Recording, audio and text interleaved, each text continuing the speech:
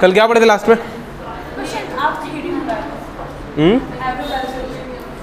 Average velocity, average acceleration, ठीक है। Acceleration बोलते हैं, एसेलरेशन नहीं बोलते हैं। दुनिया में कुछ लोग हैं जो उसको एसेलरेशन बोलते हैं, वो वही लोग हैं जो गाड़ी के एक्सेलरेटर को इसलेटर बोलते हैं, ठीक।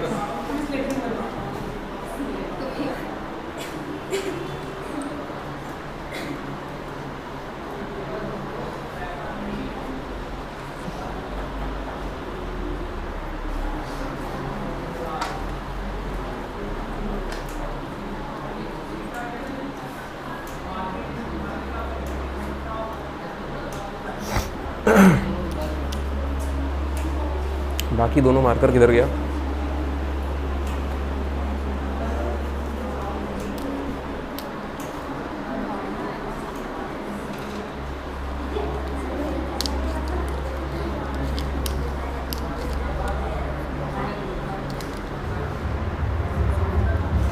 चलो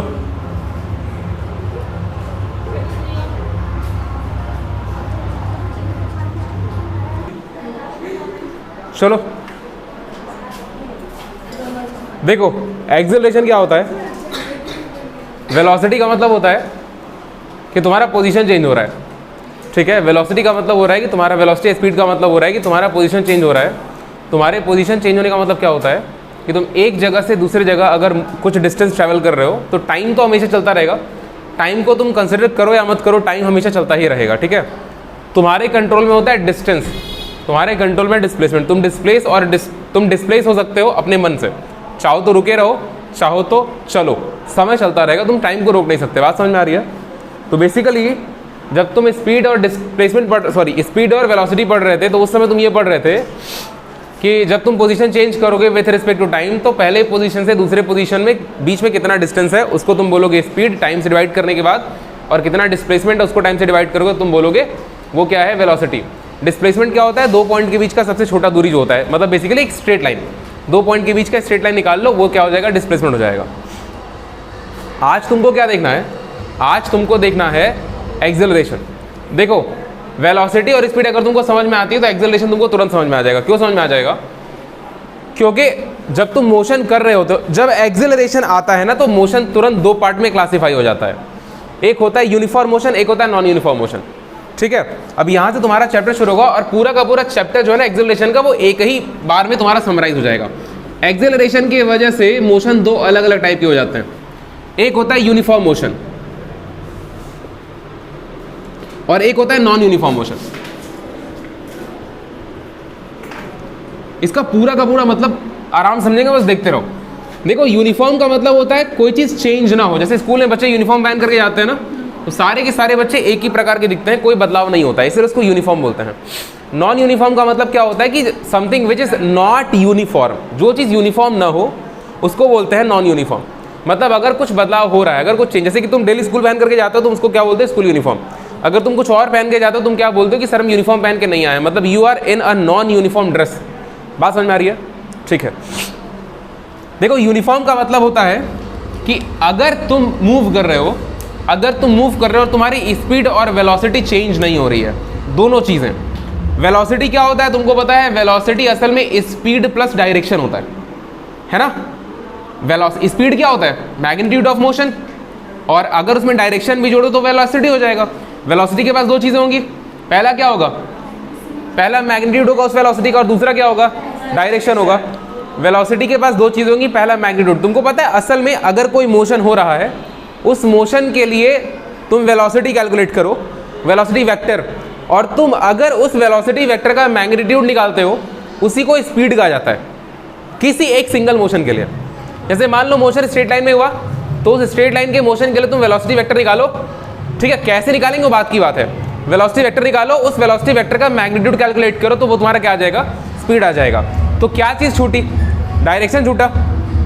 अगर तो हम ये भी बोल सकते हैं कि सर अगर स्पीड में डायरेक्शन को ऐड कर दिया जाए, पूरे मोशन के हर एक पॉइंट के लिए डायरेक्शन उठा लीजिए और उसको स्पीड के साथ जोड़ दीजिए। कैसे जोड़ना है वो अलग बात है। कहने के लिए तुम ऐसे बोल सकते हो कि सर एंटायर मोशन के लिए स्पीड को किसके साथ जोड़ दीजिए? डायरेक्शन के साथ तो वो क्या हो जाएगा, वेलोसिटी होगी। बात समझ, कितना तेज चिल्ला रहे हैं यहाँ से, कहाँ हो रहा है ये? आज कौन सा दिन है?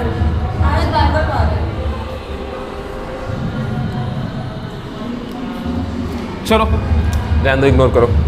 तो यूनिफॉर्म मोशन का मतलब हो गया कि अगर तुम्हारी स्पीड चेंज नहीं हो रही है, बात समझ में आ रही है, तो तुम उसको क्या कहोगे, यूनिफॉर्म मोशन है। लेकिन उसी के साथ में तुम्हारी वेलोसिटी भी चेंज नहीं होनी चाहिए।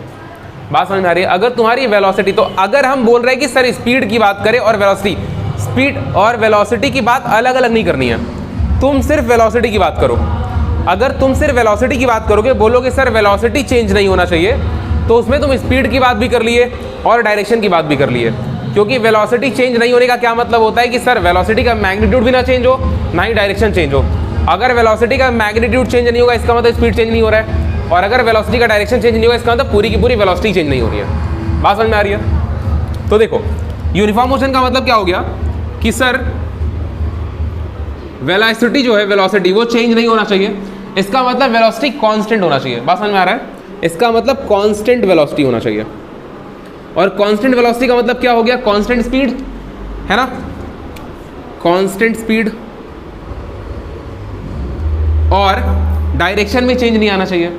तुम बताओ, अगर डायरेक्शन चेंज करोगे तो वेक्टर बदल जाएगा कि नहीं बदलेगा? डायरेक्शन चेंज करोगे तो वेक्टर बदल जाएगा, क्योंकि वेक्टर की दो ही प्रॉपर्टी होती है, मैग्नीट्यूड, डायरेक्शन। अगर मैग्नीट्यूड बदला तो भी वेक्टर बदला, डायरेक्शन बदला तो भी वेक्टर बदला। तो डायरेक्शन भी चेंज नहीं होना चाहिए। No change in direction, no change in direction. बात समझ में आ रही है? तो अगर डायरेक्शन नहीं चेंज हुआ और स्पीड भी कांस्टेंट रही, तो तुम क्या बोलोगे उस मोशन को? यूनिफॉर्म मोशन बोलोगे। आई बात समझ में?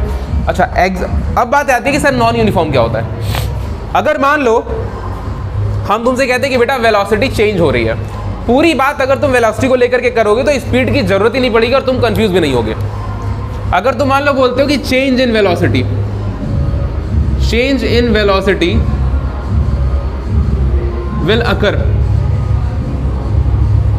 वेलोसिटी में बदलाव आएगा। वेलोसिटी में बदलाव आने का मतलब किस तरीके आ सकता है? दो तरीके से। एक तो मैग्नीट्यूड चेंज कर दो वेलोसिटी का, दूसरा डायरेक्शन बदल दो वेलोसिटी का। बात समझ में आ रही है? हम तुमको एग्जांपल बताते हैं। जैसे देखो, अगर मोशन स्ट्रेट लाइन में हो रहा है तो डायरेक्शन चेंज होगा क्या? नहीं होगा। लेकिन अगर मान लो तुम कभी गाड़ी को धीरे चलाओ, कभी तेज चलाओ, कभी धीरे चलाओ, कभी तेज चलाओ, तो इससे क्या चेंज होगा? मैग्नीट्यूड चेंज होगा। मैग्नीट्यूड चेंज होने का मतलब क्या है? स्पीड बदल रही है, मतलब वेलोसिटी वेक्टर का मैग्नीट्यूड बदल रहा है। अगर वेलोसिटी वेक्टर का मैग्नीट्यूड बदल रहा है तो इसका मतलब क्या है कि मोशन कैसा है? Non uniform. भाई साहब कितना डिस्टर्बिंग है यार ये।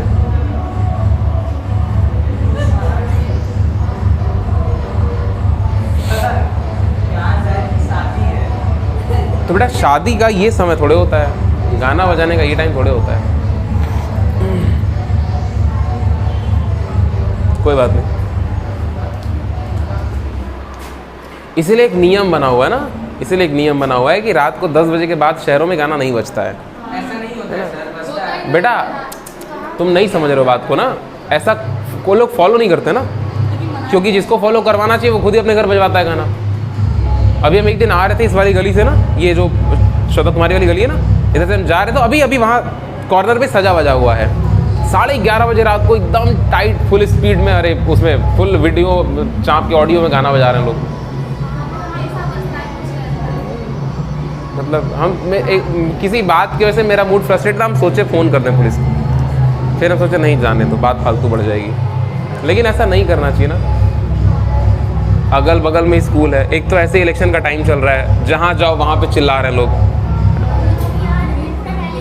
हाँ यार, देखो पता है कुछ लोग होते हैं कार्यकर्ता पार्टी के जो कार्यकर्ता लोग होते हैं उनको ये काम सौंपा जाता है कि अपने पार्टी का प्रचार करिए, और कुछ आपके घर के कार्यकर्ता होते हैं जिनको असल में कोई कार्य नहीं होता, वो पार्टी के असली कार्यकर्ता होते हैं।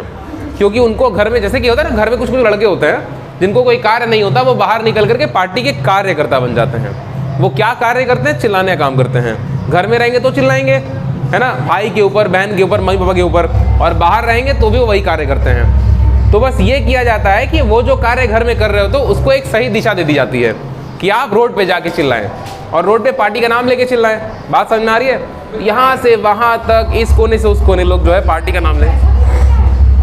बेटा पैसा as in the form of money नहीं मिलता है, आपको मिलेगा सिगरेट। देयर आर पीपल जो कि कुछ लोग प्रोवाइड करते हैं। हालांकि देखो इस बात को ऐसे लीगल कहना, ऐसे कहना लीगल नहीं है कि हाँ ठीक है पार्टी क्या क्या प्रोवाइड करती है कार्यकर्ताओं को, लेकिन ये फैक्ट है, सब जानता है ना। आपको सिगरेट मिलेगा, अलग अलग प्रकार के धूम्रपानीय पदार्थ मिलेंगे, ठीक है। और आप वो एक बहुत फेमस है गांव में ना कि क्या बोलते हैं, दारू और मुर्गा, ये फैक्ट है, सब जानता है, ये चीज़ गांव में चलती है ना। हाँ नहीं तो तुम थोड़े सेवन करोगी, पहले वाले का सेवन करो, दूसरे दूर रहो। हाँ अरे यार यहाँ पे चाय भी लोग तमीज से नहीं पिला रहे हैं, बताओ। यहाँ कुछ और मिलता है। देखो जानकार लोग बैठे हुए हैं, ठीक है।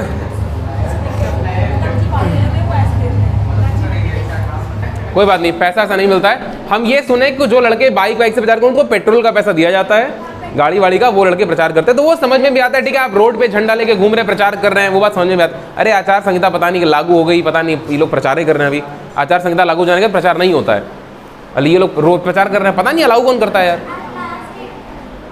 अरे परसों इलेक्शन है ना, परसों ही है ना हमारे यहाँ, तो पता नहीं कैसा इलेक्शन है भाई, एक दिन पहले आचार संहिता लागू हो रही है, पीपल आर डिस्टर्ब। हम तो कौनों को वोट ना दें, सही बता रहे हैं, किसी को वोट ना दें।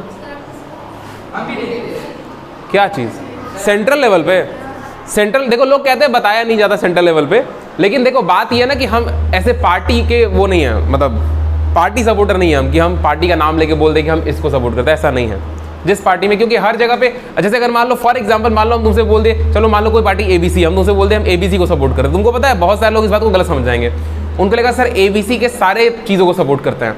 अगर हम तुमसे बोले हम भाजपा को सपोर्ट करते, तुमको लगेगा हम भाजपा के सारे कार्य को सपोर्ट करते हैं। अगर तुमको हम तुमसे बोले कांग्रेस सपोर्ट करते, तुमको ये लगेगा अच्छा कांग्रेस सर ये काम हुआ था। हर पार्टी में कुछ काम गड़बड़ हो रहा है जो कि जस्टिफाइड नहीं है, हर पार्टी में कुछ काम सही हो रहा है जो कि जस्टिफाइड है। तो हम हर पार्टी के जस्टिफाइड काम को सपोर्ट करते हैं। जैसे कि भाजपा ही पेंशन खत्म कर दी, पेंशन की वजह से जो गवर्नमेंट सर्वेंट है वो परेशान है, बात समझ में आ रही है, तो उसके हम भी खिलाफ हैं। Pension has to be there, क्योंकि वो लोग परेशान है, हम देख रहे हैं इस चीज़ को, मेरे पापा गवर्नमेंट सर्वेंट थे, तो ये जो लोग परेशान है। अब कुछ कांग्रेस क्या कर रही है, जगह जगह पे पेंशन अलाउ कर रही है, बोल रही है कि हम पेंशन देंगे, हमको वोट दीजिए, ठीक है। तो पार्टी तो यही करेगी ना, पार्टी यही काम करेगी, तो इसीलिए पार्टी को सपोर्ट मत करो, पार्टी के पॉलिसीज को सपोर्ट करो कि भाजपा का ये काम अच्छा था, कांग्रेस का ये काम अच्छा था, सपा का ये काम अच्छा था, अगर मत दो। एनओटीए का बटन होता है उसको दबाओ, ना दिए खत्म बात। खुद की पार्टी बनाओ, इलेक्शन लड़ो खुद, हाँ खुद की पार्टी बनाओ, इलेक्शन लड़ो। क्या पॉलिटिक्स पढ़ती हो यार तुम, ये पॉलिटिक्स नोटा नहीं पढ़ा है क्या तुम लोगों को, पढ़े कि नहीं पढ़े हो? बेटी ध्यान से कभी क्लास अटेंड करोगी तब तो, क्लास में बतियाती रहती हो खाली, अभी बतिया रही हो। एनओटीए का बटन प्रेस करो और उसके बाद खुद की पार्टी बनाओ, खुद इलेक्शन लड़ो। यही बात है ना, क्या बोलते हैं कि सर सब कोई पार्टी थोड़े बना लेगा। अरे एक लोग तो बनाओ, इतने लोग बैठे हो, कोई तो पार्टी बनाओ। नहीं बनाएंगे सर, हम देंगे वोट, हमको सपोर्ट करो, पार्टी बनाओ। There has to be some, तुम्हारे पास दम होना चाहिए पार्टी बनाने के लिए। चाय पीते पीते गाली देने सबको आता है, चाय पी के बोलता है अरे मोदी ये काम किया, अरे राहुल गांधी काम किया। जितना वो लोग, राहुल गांधी जैसा इंसान जितना पढ़ा लिखा है ना, उसका एक डिग्री कंप्लीट करने बिक जाएंगे हम लोग, समझी। हम राहुल गांधी को सपोर्ट नहीं कर रहे, हम एक बात कह रहे हैं कि वो लोग प्रॉपर वेल एजुकेटेड हैं। बात यह है कि वो लोग इसलिए पावर में नहीं आ पा रहे क्योंकि उनसे ज़्यादा खतरनाक दिमाग वाले लोग पावर में बैठे हुए हैं। वो गेट खोलेंगे नहीं तो आए कहाँ से? नरेंद्र मोदी का बैकअप पकड़े हुए अजीत डोवाल किसी को आने नहीं देते इंटरनल में, इंटरनेशनल डोमेस्टिक सिक्योरिटी देखते हैं, वो कहाँ से कोई आ जाएगा? एक टाइम आता है सब चला जाता है। हम लोग पता है पॉलिटिकल लीडर से बोर हो जाते हैं। तुमको पता है मोदी मोदी मोदी मोदी का उनका जो क्या बोलते हैं नाम चल रहा है प्राइम मिनिस्टर का, उसके नाम से लोगों की आदत होती है। अगर आपको कोई चीज़ बहुत देर तक अच्छी मिलती रहती है ना, तो आपका उससे मन भरने लगता है, और जब वो चली जाती है तो आप उसको याद करते हैं। अटल जी की सरकार को आज लोग याद करते हैं, ऐसे ही नरेंद्र मोदी की सरकार को लोग एक दिन याद करेंगे। कुछ लोग इंदिरा गांधी की सरकार को याद करते हैं। इंदिरा गांधी कांग्रेस से थी, मोदी भाजपा से हैं। तो होता है, ऐसा नहीं है कि वो लोग इंटरनली वो लोग आपस में रिस्पेक्ट करते हैं सब कुछ का, बस हम लोग को लड़ाई से जाता है ताकि हम लोग सेपरेट हो, ताकि लोग इलेक्शन जीतना, दैट्स इट, इतनी सी बात होती है। बंद हो गया गाना, वेरी गुड, अच्छा है, उससे अच्छा तो यही लेक्चर अच्छा था। हाँ तो सुनो, नॉन यूनिफॉर्म मोशन का मतलब होता है वेलोसिटी बदलनी चाहिए। अब देखो एकदम देसी भाषा में अगर तुमको समझाए, यूनिफॉर्म का मतलब क्या है कि तुम गाड़ी पे बैठो, गाड़ी स्टार्ट करो और गाड़ी को एक जगह पे ले आके रोक दो, और फिर गाड़ी को एकदम कांस्टेंट स्पीड पे लेकर के आगे बढ़ते चलो। बस मैंने 40 पे जा रहा आराम से मस्त गाना गाते गाते गाते गाते गाड़ी चला रहे, लेकिन गाड़ी घूमनी नहीं चाहिए। अगर गाड़ी को तुम घुमाए तो एक लफड़ा हो जाएगा, क्या होगा? डायरेक्शन चेंज हो जाएगा। और अगर डायरेक्शन चेंज हुआ तो वेलोसिटी वेक्टर की वैल्यू बदल जाएगी, और अगर वेलोसिटी वेक्टर बदला तो कांस्टेंट नहीं रहेगा फिर, तो फिर क्या हो जाएगा? चेंज मतलब नॉन यूनिफॉर्म। और अगर तुम्हारे वेलोसिटी वेक्टर में किसी भी टाइप का चेंज किसी भी वजह से आया, चाहे मैग्नीट्यूड चाहे डायरेक्शन, तो वो मोशन हो जाएगा नॉन यूनिफॉर्म। और वेलोसिटी वेक्टर में चेंज आने को ही हम लोग एक्सेलरेशन बोलते हैं। बात समझ में आ रही है? ठीक है, तो नॉन यूनिफॉर्म मोशन का मतलब होता है कि नॉन यूनिफॉर्म क्यों हुआ? Due to acceleration, due to acceleration. अब एक्सेलरेशन को समझना जरूरी है। असल में हम लोग को एक्सेलरेशन पे जंप नहीं करना चाहिए। पहले तुम्हारे मन में ये सवाल आना चाहिए कि सर एक्सेलरेशन आता कहां से है, किस चीज में? एक बात बताओ, अगर मान लो तुम गाड़ी को 80 पे लेकर के जा रहे हो, ठीक है, एकदम यू टर्न, चलो यू नहीं, मान लो 90 डिग्री कैसे टर्न लेना, इधर यू टर्न मतलब 180 डिग्री टर्न, 360 पे पूरा घूम जाओ। यू टर्न का मतलब क्या हुआ? ऐसे जा रहे थे और ऐसे आओ, तो जा रहे थे ऐसे, आए इधर तो कितना डिग्री घूम गए? 360 बेटा, 360 ना। जा रहे थे इधर, इधर घूम गए, तो इधर और इधर पूरा टर्न कितना हो गया? बात समझ में आ रही है? और अगर पूरा एंगल हो गया 360 डिग्री, तुम घूमे 180 डिग्री, पूरा एंगल हो गया 360 डिग्री, तुम घूमे 180, क्योंकि तुम जा रहे थे इधर, अब तुम इधर जा रहे हो, तो तुम घूमे 180 डिग्री, और यू टर्न में ये पूरा एंगल 360 हो गया। ठीक है, अगर तुम चलो 180 डिग्री, अगर तुम 180 डिग्री घूमते हो तो हम कह रहे हैं कि 180 छोड़ो, तुम सिर्फ 90 घूमो, ऐसे जाते ऐसे घूमो। ठीक है, ये रास्ता था, तुम इस रास्ते पे ऐसे जा रहे थे और तुम इधर घूम जाओ। तो जब तुम 80 पे इधर से जा रहे थे बेटा प्रियांशु शुक्ला, तुमको कुछ समझ में नहीं आएगा। जब तुम 80 पे जा रहे थे और तुम टर्न लोगे, तो टर्न लेने के टाइम तुम ब्रेक मारोगे या नहीं मारोगे? स्पीड धीरे करोगे या 80 पे घूम जाओगे? क्या ये पॉसिबल है कि तुम 80 पे ही घूम जाओ? ये कभी पॉसिबल नहीं हो सकता। तुम उसी स्पीड पर कभी भी टर्न नहीं ले सकते जिस स्पीड से तुम स्ट्रेट जा रहे हो।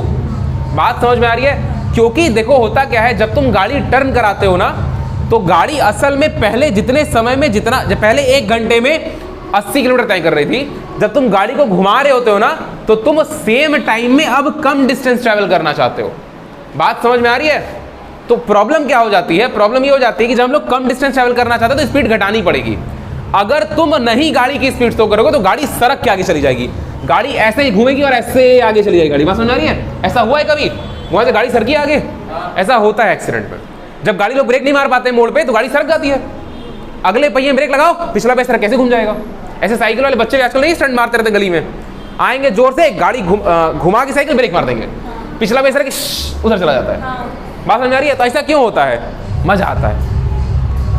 और उसके बाद जो लोग देख रहे हो तो उनको कब मजा आता है? जब लड़का गिर जाता है। और गिरने का तो पता है क्या करता है? चुपचाप उठेगा, देखेगा, साइकिल उठेगा, भाग जाएगा वहां से। ऐसा होता है। हाँ ठीक है, आज वो नहीं आएगा। अच्छा, चुनाव में गया क्या? प्रचार कर रहे हैं, कार्यकर्ता बनने। ठीक है, चलो। तो देखो अब क्या होता है कि अगर तुमको मुड़ाना है तो तुम ब्रेक मारोगे 100, without applying the brake you can not turn your vehicle. इतनी बात समझ में आ रही है? ब्रेक तुमको मारना पड़ेगा। और अगर ब्रेक मार रहे हो तो गाड़ी की स्पीड घटाए ना। अगर तुम ब्रेक मारे गाड़ी की स्पीड घटी, या फिर हम ये बोले कि अगर तुम मुड़े तो गाड़ी की स्पीड घटी। गाड़ी की स्पीड घटाने के तुम ब्रेक मारे हो तो तुम फोर्स अप्लाई किए पहिए पे, तुम फोर्स अप्लाई किए। अरे किए ना? अच्छा ठीक है, एक और बात बताओ, ब्रेक लगाए तो फोर्स अप्लाई किए ना? ठीक है, अब अगर तुम फोर्स अप्लाई किए पहिए के ऊपर मुड़ते टाइम पे, तो स्पीड धीरे किए। पहले वेलोसिटी तुम्हारी v1 थी और यहाँ पे वेलोसिटी तुम्हारी v2 हो गई। जैसे तुम मुड़ रहे हो यहाँ पे, मुड़ने वाले वेलोसिटी, तो दोनों में से ज्यादा कौन सा होगा? v1 ज्यादा होगा v2 से। इतनी बात समझ में आ रही है? अब अगर मान लो कि तुम एक सीधे रास्ते पे जा रहे हो और इनिशियल वेलोसिटी तुम्हारी 0 थी, ये तुम्हारी गाड़ी है,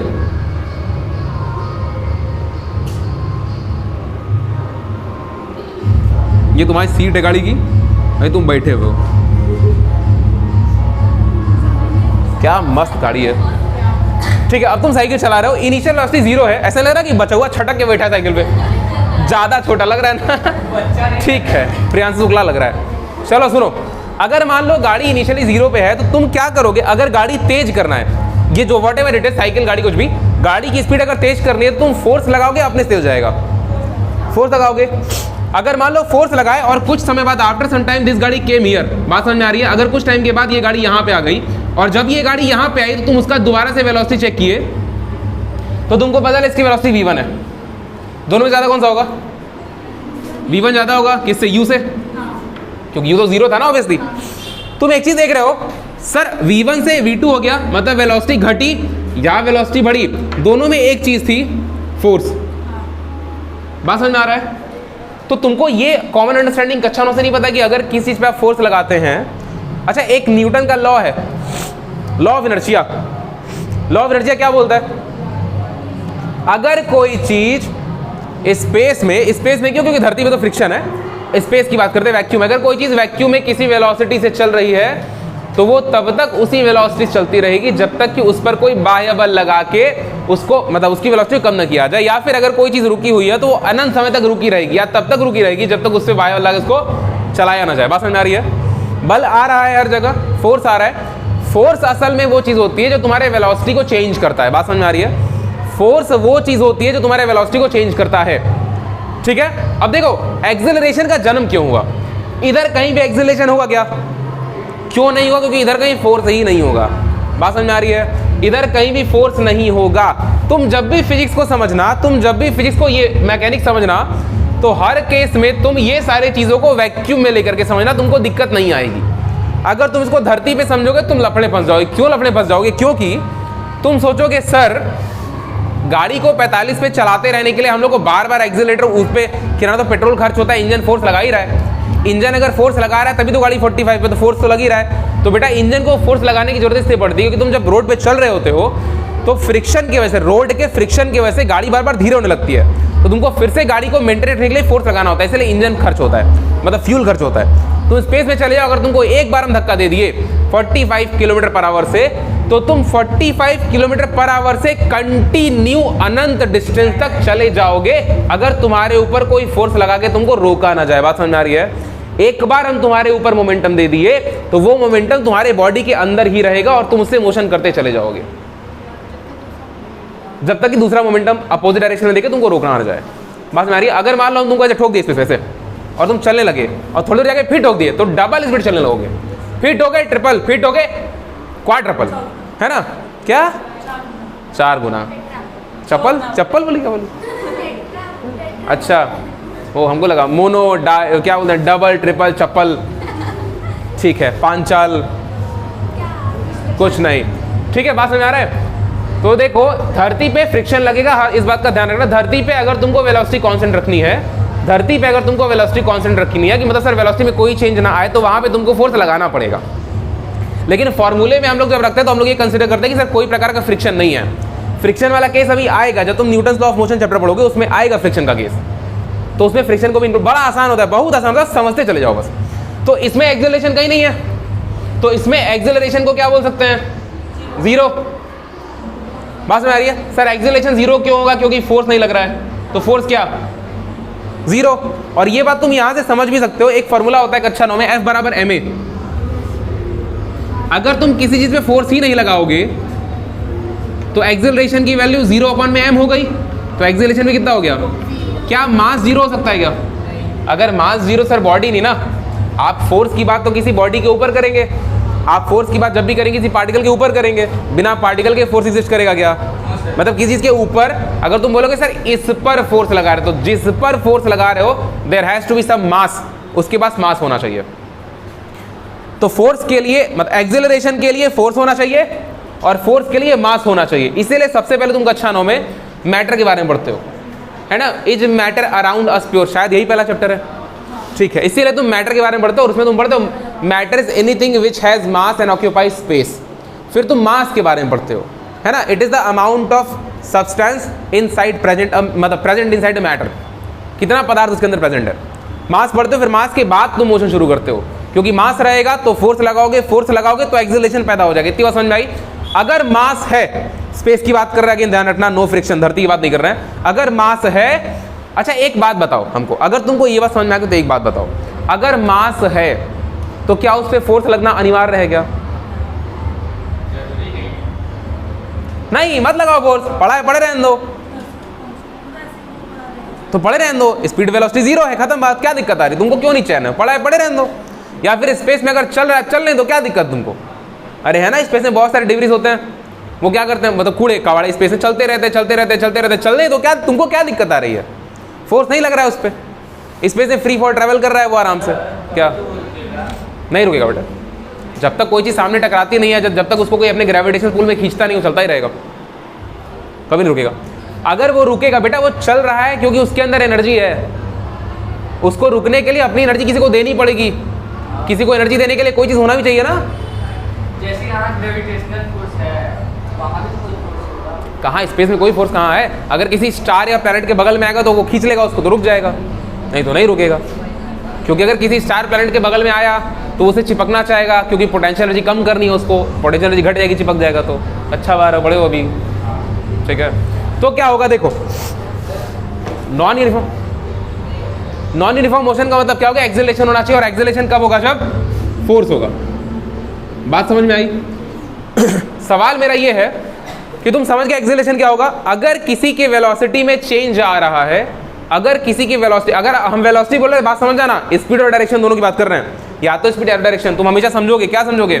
सर वेलोसिटी बराबर क्या होगा, मतलब वेलोसिटी किससे किससे मिलकर बना है? सर स्पीड से और डायरेक्शन से। बात समझ में आ रही है? ये चीज़ तुम लिखे भी हो जब तुम डायमेंशन पढ़ रहे थे। तो अगर वेलोसिटी में चेंज आ रहा है, मतलब स्पीड या डायरेक्शन दोनों में से किसी में भी एक चेंज आ रहा है, तो उसमें एक्सेलरेशन होगा। इतनी बात समझ में आती है? तो एक्सेलरेशन बराबर क्या होता है sir? Rate of change of velocity with respect to time. Velocity के बदलने का जो रेट है टाइम के साथ में, उसी को क्या बोलेंगे? एक्सेलरेशन बोलेंगे। मतलब कि सर कितने समय में कितनी वेलोसिटी बदली, ठीक है। अगर मान लो तुम पहले चल रहे थे, एक बात बताओ, अगर मान लो तुम 2 घंटे पहले तुम एक ट्रेन में ट्रैवल कर रहे हो, तुम मान लो दोपहर को 12 बजे ट्रेन की स्पीड चेक किया तो ट्रेन की स्पीड आई 50 किलोमीटर प्रति घंटा। अब ट्रेन तो सीधे डायरेक्शन में चलती है, मान लो सीधे ही चल रही है, बहुत ज़्यादा मूवमेंट नहीं रही है, मान लो स्ट्रेट लाइन में चल रही है। अब तुम पहले ट्रेन की वेलोसिटी चेक किए तो आया 50 किलोमीटर प्रति घंटा, और अगर 12 बजे, और अगर 2 बजे चेक किए वेलोसिटी तो भी आया 50 किलोमीटर प्रति घंटा। तो क्या वेलोसिटी में कोई चेंज आया? बीच में क्या, उससे मतलब नहीं, हमको फाइनल इनिशियल से मतलब है। शुरुआत में 50 था, अभी 50 है, डायरेक्शन सेम है क्योंकि स्ट्रेट लाइन में चल रही है। वेलोसिटी में कोई चेंज आया क्या? तो क्या एक्सेलरेशन होगा क्या? बेटी जब स्ट्रेट लाइन में है, डायरेक्शन चेंज नहीं हो रहा है, 50 से मैग्नीट्यूड चेंज नहीं हो रहा, तो कहाँ से आ जाएगा एक्सेलरेशन? तो हम ये बोल सकते हैं कि सर एक्सेलरेशन निकालने के लिए क्या करोगे? पता करोगे सर कितना चेंज आया अपॉन में कितने टाइम में। बात समझ में आ रही है? अगर मान लो वेलोसिटी 12 बजे थी 30 किलोमीटर प्रति घंटा, और 2 बजे दोपहर को चेक किया तो वेलोसिटी के 50 किलोमीटर प्रति घंटा। शुरुआत में था 30 किलोमीटर प्रति घंटा 12 बजे, और जब तुम 2 बजे चेक किए तो 50 किलोमीटर प्रति घंटा वेलोसिटी हो गई। तो पहले तो चेंज आया कि नहीं आया? कितने का चेंज आया? 20 का या -20 का? 20 का चेंज आया, क्योंकि वेलोसिटी बढ़ी है। जब भी कोई चीज़ बढ़ती है तो पॉजिटिव चेंज आता है, माइनस चेंज का मतलब समथिंग इज बीइंग डिक्रीज्ड। तो तुम क्या करते हो? फाइनल माइनस इनिशियल करते हो।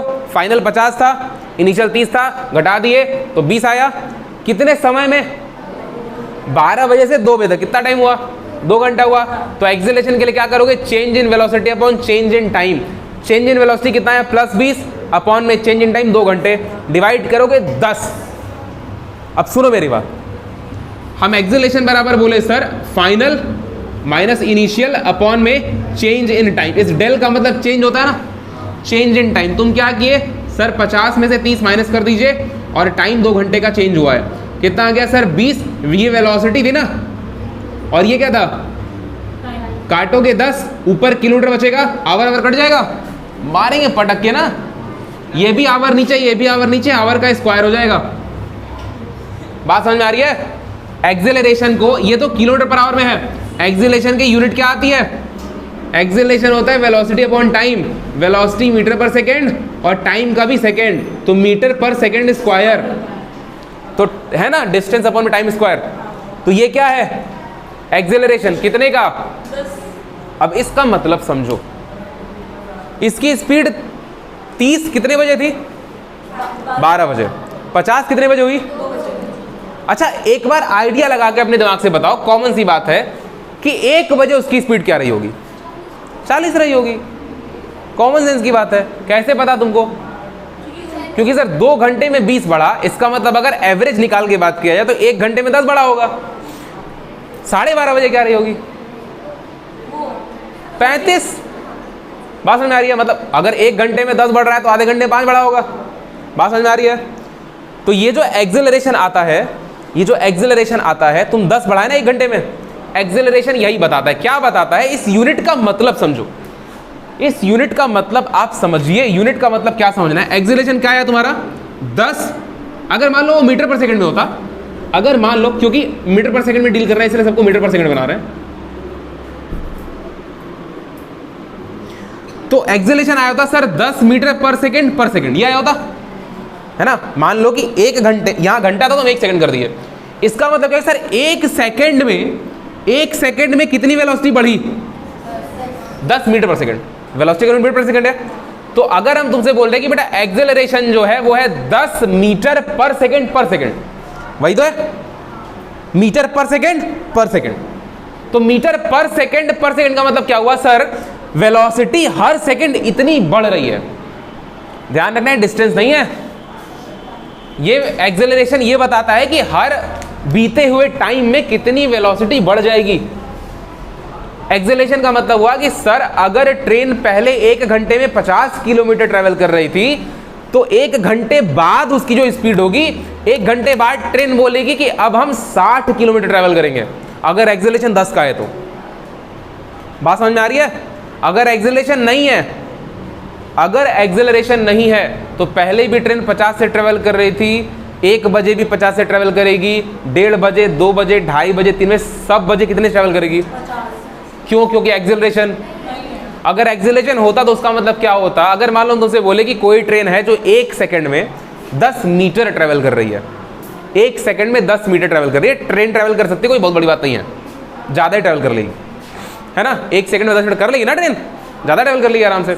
हम लोग 1 सेकंड में 1 से 1.5 मिनट ट्रेवल करते हैं, ट्रेन आराम से ट्रेवल कर लेगी। अब देखो, अगर मान लो 1 सेकंड में ट्रेन 10 मीटर ट्रेवल कर रही है, 10 मीटर 1 सेकंड में, तो वो उसकी वेलोसिटी हुई, है ना। 1 सेकंड में 10 मीटर वेलोसिटी हुई ना, तो उसको तुम कैसे बोलोगे? Sir the velocity of train is 10 meter पर सेकंड। अगर हम तुमसे बोले कि बेटा ट्रेन के पास एक ऐसा जादू है कि वो ट्रेन अपने में एक बदलाव कर सकती है, अपने स्पीड, तो हम लोग सर कैसा? हमने बेटा वो ट्रेन 5 मीटर पर सेकंड चेंज करती है। तो 5 मीटर पर सेकंड हर सेकंड में चेंज कर रही है वो। मतलब पहले सेकंड में अगर वेलोसिटी 10 से चल रही थी, अगले सेकंड में कितने चलेगी? क्योंकि 1 सेकंड पहले 10 था ऑलरेडी, अगले सेकंड में वो 5 का चेंज लेकर के आएगी पॉजिटिव, तो 15 हो जाएगा। 3 सेकंड बाद स्पीड क्या होगी? वेलोसिटी 20, 4 सेकंड बाद 25। तो ये वेलोसिटी बढ़ रही है। बात समझ में आ रहा है? हर सेकंड, इसका मतलब कि सर पहले वाले सेकंड में कितना चली होगी? 10 मीटर। दूसरे सेकंड में कितना चली होगी? 15 मीटर। टोटल कितना डिस्टेंस हुआ? 25। तीसरे सेकंड में कितना चली होगी? 20। पहले सेकंड में 10, दूसरे में 15, तीसरे में 20, चौथे में 25। बात समझ में आ रही है? एक्सेलरेशन का मतलब क्या होता है कि सर अगर एक्सेलरेशन पॉजिटिव है, तो सर हर सेकंड में जो चला हुआ डिस्टेंस है वो बढ़ता चला जाएगा। मतलब पहले सेकंड में अगर इतना, तो दूसरे में इतना, तीसरे में इतना, और चौथे में। बात समझ में आ रही है? हर सेकंड उसका मोशन जो है वो बढ़ते चला जाएगा, वेलोसिटी बढ़ते चली जाएगी। इतनी बात समझ में आई? ठीक है, तो ये तो स्ट्रेट लाइन की बात है। अगर डायरेक्शन चेंज हुआ और मैग्नीट्यूड चेंज ना हो, बात समझ में आ रही है? अगर डायरेक्शन चेंज हो, मैग्नीट्यूड चेंज ना हो, तो फिर सर कहाँ से वेलोसिटी बदलने लगती है? तो वेलोसिटी बेटा इसलिए बदलने लगती है क्योंकि तुम बार बार जब गाड़ी घुमा रहे होते हो, तुम गाड़ी को 30 पे रख करके घुमा सकते हो, 30 स्पीड फिक्स कर लो, घुमा सकते हो गाड़ी। बीच में तुमको हल्का हल्का ब्रेक अप्लाई करते हुए रहना पड़ता है। वो ब्रेक क्या करता है? तुम्हारे जो घटाता बढ़ा रहता है ना, जब बोला गिर रहा हो हल्का सा ब्रेक लगा दोगे, फिर गाड़ी तेज कर लोगी, ब्रेक लगा के तेज, मतलब देखो ना घूमते रहते हैं लोग। तो उस समय जो घूमते रहते हैं वहाँ पे क्या हो रहा होता है कि लोग ब्रेक अप्लाई कर करके बार बार गाड़ी को बैलेंस कर रहे होते हैं। और जब ब्रेक अप्लाई करके गाड़ी, अच्छा एक और बात है, चलो वो बताएंगे। एक मौत का कुआं टाइप की चीज़ होती है, देखो उसमें लोग बाइक चलाते हैं, उसको थोड़ा बाद में डिस्कस करेंगे, वो भी एक अच्छा पॉइंट है। वहाँ पे सेंट्रीपिटल फोर्स काम करता है जो गाड़ी को बैलेंस किए रहता है। वो बहुत आसान होता है, थोड़ा सा प्रैक्टिस चाहिए होती है। आसान क्या मतलब नहीं, घर जाना, पापा चाबी दिए, सर बोले एक चीज़ करना है, बहुत आसान होता है, ठीक है। कूद जाना कुआं में कूद तो जाओगे, वो शुरू नहीं कर पाओगे, ठीक है। और फिर उसका लात अलग से खाओगे क्योंकि तुम गाड़ी ढकेल दी कुआं में, हैं ऐसे। नहीं बात नहीं है, कैसे बैलेंस बनता है, वो तो आदमी गिर जाएगा ना। हाँ, तो अभी आप पढ़ेंगे ना केपलर का लॉ मैकेनिक्स में, कहाँ लोड क्यों लेते बेटा? हाँ, if I am here throw the load there. हाँ तो सुनो, हम क्या बोल रहे हैं? हम ये बोल रहे हैं, एक्सेलरेशन समझ में आ गया, अब एक बात बताओ, अगर तुमको एक्सरेलेशन समझ में आ गया तो कितने लोग हैं जो ये बता सकते हैं कि सर धरती का जो तुम दिन भर जी चिल्लाते रहते हो 9.8 9.8 9.8 उसका प्रैक्टिकल मतलब क्या होता है? कितने लोगों को समझ में आता है? अगर ये समझ में आ गया तो वो भी वही चीज़ है, बस डेटा अलग है। 10 होता है ना 10, चलो 10 मान लो, 9.8 छोड़ो, तुमको डेसिमल डर लगता है, चलो 10 मान लो। अर्थ का ग्रेविटेशनल एक्सीलरेशन जी 10 होता है ना अप्रॉक्स, उसका मतलब क्या होता है बताओ? वो भी तो कुछ ना कुछ चलता होगा। जी चलाता है, चलता नहीं है, जी खुद चलेगा, मतलब चलाता होगा। बताओ उसका मतलब क्या है?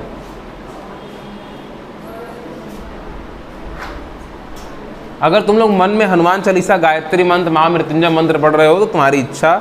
जब हम सवाल पूछते हैं तो 50 से 55% बच्चे ऐसे बोलते हैं, फिर हम बोलते हैं क्या बोले हो, फिर बोलते हैं क्या बोल रहे हो, तो अच्छा नहीं ठीक है जान दीजिए, नहीं हमको नहीं समझा रहा, आप बताइए। हाँ तो बताओ। हाँ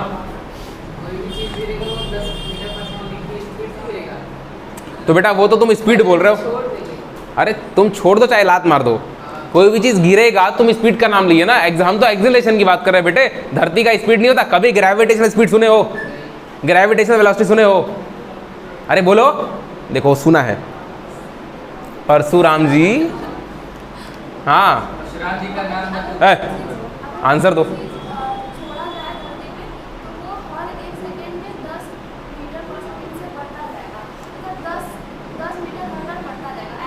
मतलब इसकी जो इनिशियल वेलोसिटी होगी वो हर बार 10 मीटर पर सेकंड कम हो जाएगी। अच्छा ठीक है, उसको और सिंपल, सही जा रही हो, और सिंपल बताओ। ऐसे हम लोग किसी चीज़ को फ्री फॉल करेंगे तो हाँ वेलोसिटी उसकी जीरो होगी। ठीक है, इनिशियल वेलोसिटी 0 हो जाएगी, फ्री फॉल कराएंगे तो वेरी गुड। उसके बाद जैसे जैसे वो अर्थ के पास जाती जाएगी उतने उतने हर एक सेकंड में 10 मीटर पर सेकंड बढ़ता जाएगा क्या बढ़ता जाएगा? वेलोसिटी। वेलोसिटी बढ़ता जाएगा। अच्छा ठीक है, एक आंसर खुशी की तरफ से आया। ये आंसर गलत नहीं, आंसर सही है। एक्सप्लेनेशन और चाहिए ताकि तुमको समझ में आ सके, वो समझते इस चीज़ को, हम समझ गए। और कोई पार्टिकल का जो स्पीड होगा उसमें 10 मीटर पर सेकंड स्पीड या वेलोसिटी बात देगी क्योंकि मोशन स्ट्रेट लाइन हो रहा है। हाँ हर सेकंड 10 मीटर पर सेकंड बढ़ता रहेगा उसमें। अच्छा ठीक है, same answer, same understanding. Teacher वाला आंसर चाहिए हमको। हम भी तो वही बोले थे। हाँ टीचर वाला आंसर चाहिए हमको। और कोई? 10 मीटर पर सेकंड से होता है। हम बोले बेटा, हम बोले तुम गलत बोले थे। हम कभी कहते नहीं तुम लोग गलत बोल रहे हो, फिर भी हमसे सवाल पूछा था, हम भी तो वही बोले थे। तो क्या चाहते पहले हो? बार में कुछ बोले नोबल देते हम तुमको इसी बात पे। हाँ अर्थ के सेंटर से और अरे सेंटर पे चली गई तुम यार, अभी हम सरफेस पे नहीं खड़ा किए। अरे नहीं ना ना, रेडियस पे इतना लंबा नहीं जाना है, इतना लंबा नहीं, अभी ग्रेविटेशन आएगा वहां पढ़ेंगे रेडियस रेडियस। चलो सुनो, सही एक्सप्लेनेशन था, दोनों में कोई गलती नहीं थी, सही एक्सप्लेनेशन था। हम एक लेवल और डीप डाउन जाएंगे ताकि तुमको पूरी बात समझ में आ जाए। देखो एक्सेलरेशन का मतलब क्या होता है कि हर सेकंड आपकी वेलोसिटी उतने डिजिट से बढ़ जाएगी जितने डिजिट का एक्सेलरेशन होगा। बात समझ में आ रही है? चलो लेट अस कंसीडर कि अर्थ का ग्रेविटेशनल एक्सेलरेशन जो होता है वो कितना होता है? 10 मान लेते हैं। अगर मान लो हम छत पे गए, मतलब बहुत ऊंचे टावर पे गए, बिल्डिंग पे, चलो मान लो हम उस पर चले गए, क्या बोलते हैं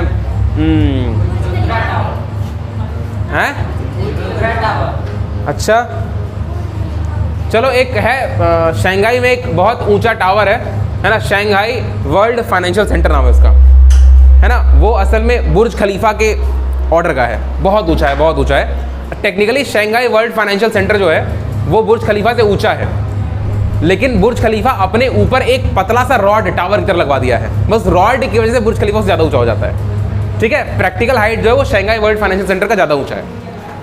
तो क्या होता है कि मान लो हम उस टावर, चलो मान लो क्या नाम लिया अभी हम, बुर्ज खलीफा के ऊपर से ही पत्थर गिरा, यार छोड़ो जान दो, हाँ वो ज़्यादा सुना हुआ है। बुर्ज खलीफा के ऊपर से हम एक पत्थर गिराया। अच्छा फ्री फॉल होता है, एक कॉन्स्टेंट फॉल होता है, दोनों में अंतर समझो। तुम किसी चीज़ को फेंक के मारो और किसी को छोड़ दो, दोनों में अंतर होता है। तुम जब किसी को फेंकोगे तो उसकी वेलोसिटी ज़्यादा तेज होगी क्योंकि तुम उसको पहले ही एक फोर्स लगा के फेंक रहे हो। तो फोर्स लगाए मतलब एक्सीलरेशन, तुम उसको मोमेंटम ट्रांसफर किए, मोमेंटम की वजह से वो जीरो से गिरना शुरू नहीं होगा, वो बहुत तेजी से जाएगा और उसकी स्पीड बढ़ती चली जाएगी। लेकिन अगर तुम किसी को फ्री फॉल कराए हो, छोड़े हो, तो उसकी स्पीड धीरे बढ़ती चली जाएगी। बात समझ में आ रही है? अब मान लो तुम बुर्ज खलीफा के टॉप से कोई पत्थर ड्रॉप किए, ठीक, शुरुआत में इनिशियल स्पीड या initial velocity, motion straight line में तो वेलोसिटी बोल सकते हैं, ठीक है। इनिशियल वेलोसिटी उसकी शुरुआत में 0 होगी क्योंकि पहले तो हाथ में था। जैसे ही हाथ से छोड़े फोटो खींच लो, हाथ से छोड़े फोटो खींच लो तो रुका हुआ था, है ना, वो वहां पे रुकता नहीं है। वो मोशन में इसकी प्रूविंग तुमको हम कराएंगे। वो तुम कोई बॉल ऊपर फेंकते हो ना, बॉल ऊपर जाती है ऐसे रुक के नीचे आती है, तो वो रुकती नहीं है, वो वहां पे स्टे नहीं करता है, वो कंटिन्यू बॉल मोशन में होती है, ठीक है। वो 0 टाइम के लिए वहां रुकता है। इसकी प्रूविंग तुम करोगे कि कितने टाइम के लिए रुकता है, कितने टाइम के लिए नहीं रुकता है। तुम जब ड्रॉप किए तो वो 0 वेलोसिटी नीचे आना शुरू होगा। जब भी इनिशियल वेलोसिटी 0 होती है तो उसकी वेलोसिटी बढ़नी शुरू होगी। तो पहली बात तो है कि सर उसकी वेलोसिटी बढ़ रही है, मतलब वेलोसिटी में क्या आ रहा है, चेंज आ रहा है। वेलोसिटी में चेंज किसकी वजह से आता है, फोर्स की वजह से आता है, ठीक है। एक्सेलरेशन अभी दूर रखो, वेलोसिटी में चेंज फोर्स की वजह से आता है।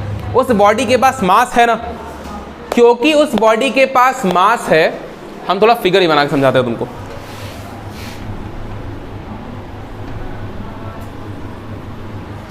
क्योंकि उस बॉडी के पास मास है, मान लो यहां पर कोई बॉडी थी, इसका मास m है, यहां पर देयर वर सम टावर, इस टावर से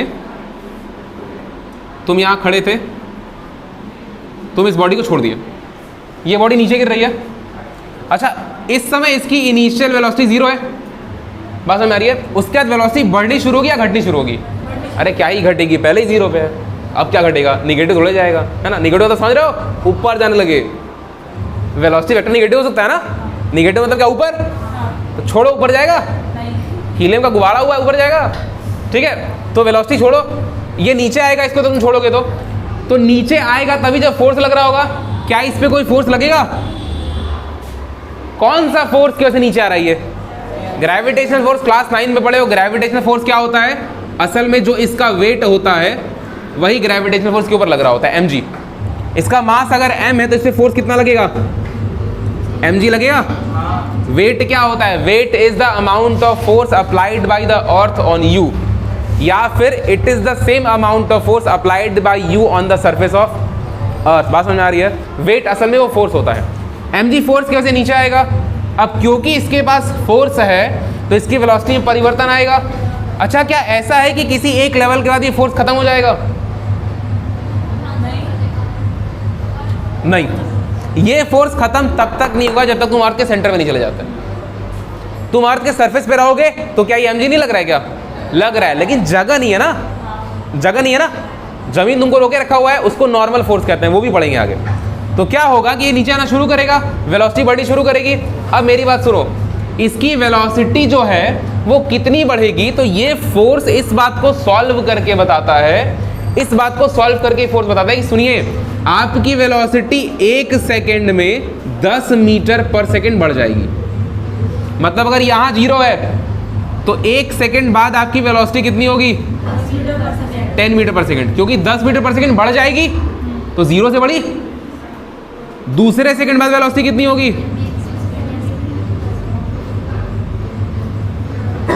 अगर मान लो धरती और नीचे होती तो तीसरे सेकंड बाद वेलोसिटी कितनी होती, 30 मीटर पर सेकेंड। कितने लोग अपने आंख से ये चीज देख पा रहे हैं कि हम ये तीनों डिस्टेंस अलग अलग बनाए हैं। अब इस वेलोसिटी के बढ़ने का मतलब ये होता है कि सर पहले सेकंड वेलोसिटी 0 थी, जब पार्टिकल की वेलोसिटी 10 मीटर पर सेकंड हुई तो इसका मतलब ये है कि सर 1 सेकंड तक ये 10 मीटर कवर करेगा।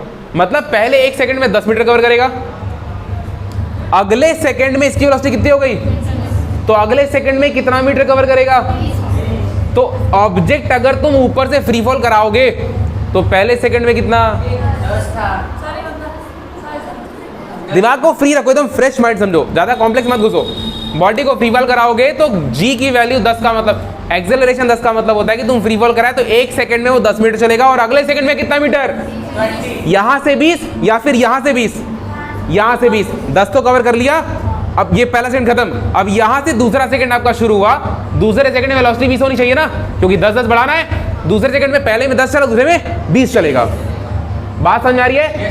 तीसरा सेकंड शुरू होगा उस समय वेलोसिटी कितनी हो जाएगी, तो तीसरे 30 20 नहीं, तीसरे सेकंड में कितना जाएगा, पहले में कितना चला, दूसरे में, तीसरे में, टोटल कितना हुआ, 60 हुआ ना। देखो अभी तक वेलोसिटी कितनी हुई है, सिर्फ 30, डिस्टेंस कितना चल रही है, 60। क्या तुम लोग आंसर कर रहे हो यार?